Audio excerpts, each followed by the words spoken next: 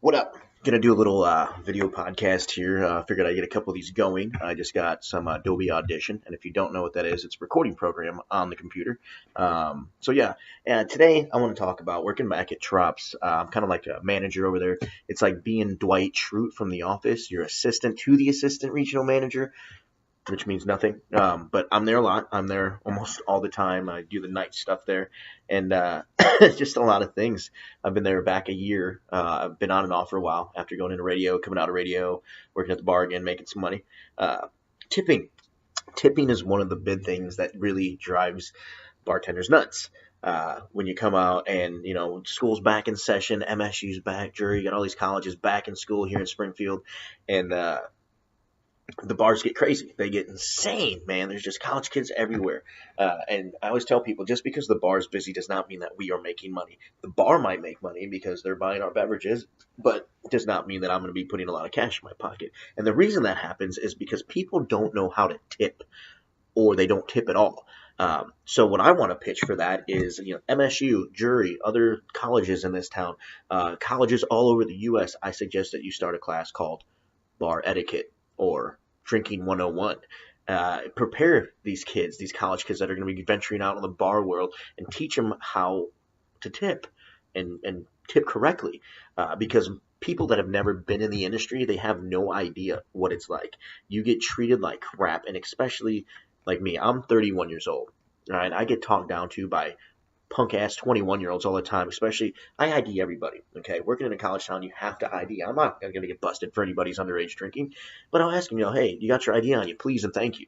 Seriously, bro, like, you're going to card me? I don't look 21? No, fool, you don't. How old do I look? I get 26 all the time. Thank you for that. But if you don't look like the age of 40, I'm going to ask you for your ID. It's the law. I'm not going to lose my job. And when they hand over that ID to you, and you look at it, if it's not a fake, and we get plenty of those because you children are stupid, we'll catch you. But when you look at it and you realize, oh man, you just turned 21 like last week, and you already got the balls to give me shit. No, no, no, no, no. You don't do that. But you teach the children. Bar etiquette class could actually go a long way, and maybe just tipping etiquette. Because it doesn't have to just be bartenders or servers. You got barbers out there, people that offer a service to you, the people, deserve to get something, a little bit of a tip as a sign of respect and a thank you for them going out of their way to help you. But if you're not going to tip, and what I love is when people write down on the receipt, they give your total, if they can even do the math somehow, but they put zero or write down no tip. Thanks, bud. Or one of my favorites is when they write down cash, but they don't tip you. They just want you to think they tipped you. Don't do that. Don't do that. That's rude. I want to smack people upside the head when I see that happen. Uh, so yes, bar etiquette class would really help. The other thing is, if you don't have enough money to really go out and drink, I highly suggest you don't come out. You stay home. Go to the gas station. Get a 30 rack of Natty Light. That cheap stuff. But it'll get you drunk and give you a wicked hangover. Get some Mickeys, man. Get a bomber. Get some 40s. Stay home and get drunk. Don't come out to the bar where it's going to cost you $5 a drink, but at my bar it's actually cheap, and people still can't afford to tip with my cheap drinks. 250 shots, 250 beers. I mean, the most you're going to spend on a beer is $3, and those are tall boys. And then we also got frozen adult beverages, cocktails, frozen Slurpees with liquor. Whoa! The most colorful puke in town, I can tell you that. But if you don't have the money, stay home. If you don't have it, don't come out and be a pain in my ass. The other thing is, people that do dip or chew, look, I'm not going to really poke too much fun at you because I've done it when I was landscaping. It was a lot easier, but I did snus or snooze, whatever you want to call it. Put that thing in there or you're just going to be dipping all day and get your nicotine fix. Okay, well, if you're going to do that, I've had people spit on my floor, hawk loogies of that nasty, just dark crap on the floor. You're probably like, who would do that? People. Dumbasses. That's who. I feel like Red Foreman because I'm saying the word dumbass a lot. But there's a lot of dumbasses in the world, and especially not in this town. They're all over. I can't just single out one place. Don't spit on the floor. That's disgusting. Okay. Even if I spit in front of my mother, I'm 31. She's 23. Okay, my mother's older than me, clearly. But even still, if I spit in front of my own mother and I'm a grown man, she still gives me the same lecture. Never spit in front of a lady. She's right, but I was also raised old school and with a thing called manners. I know those don't really exist anymore. But if you're going to dip and do chew and be in the bar, okay, it's still pretty gross for you to walk over to the garbage can and spit. Nobody really wants to see that. Now, what any bar that I've ever gone to and seen people do, if you just ask for a spit cup or a plastic cup or something, they put the paper towels in there, you can spit it. Or they spit in the empty beer can. Look, still gross, but you're going to do it. Smoking cigarettes is gross to some people too. And there's also people that vape. Just ask. Try to cover that up because it's gross, man. But the other thing that blows my mind is some of these guys that dip, you see these like beautiful women still hitting on them and like making out with them.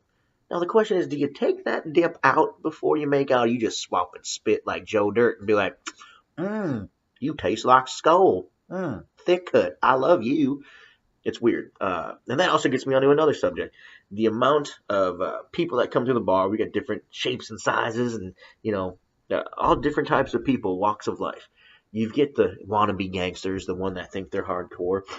I had a guy tell me the other day, man, I'm an OG from St. Louis. Yep, but I saw you crying the other day. No offense, homie.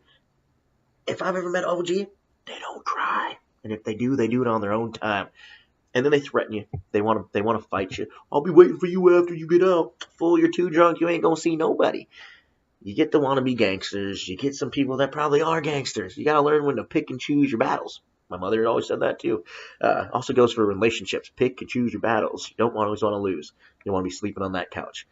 But you get these guys that come in, and you even get women, the ones that like these girls wearing these booty shorts and high heels, and like, are you staring at my tits and butt cheeks? Yeah, because they're hanging out. I just want to let you know, girl, your titties hanging out in my bar. Sorry. It's not that I'm like looking creepishly at you, but it's flopped out on my bar. Ooh, your boobie's sitting in a leftover shot somebody left. You might want to pick that up. I don't know. It's entertaining to be a bartender, but then you also see how hungry people are. By hungry, I mean horny and wanting to jump on something. They come in. There's a lot of guys that I've served that always buy women's shots. They don't know who they are. They're just trying to look like a baller. Guys, I can tell you this. Half the women you buy shots for, they don't care about you and ain't going to work the way you think. You're just wasting your money. Don't waste your money. I played that game when I was in my early 20s. I learned my lesson. I spent a lot of money and got nowhere with it. I'm still single and live alone. So if that doesn't tell you much. But don't do that. That's just silly. Do you ever see girls going out and buying you shots? No, because I think they're smarter in that aspect. They know not to waste their freaking money. So guys, that's my only advice to you. Stop buying shots for ladies. Just because a girl smiles at you and winks their eyes, she's probably trying to get you to buy her shot. They know how to play the game. As a bartender, girls come in, they're like, hi, Mr. Cuervo, or whatever your name is. I need to get some shots. Can I get some shots? Yeah, what do you want?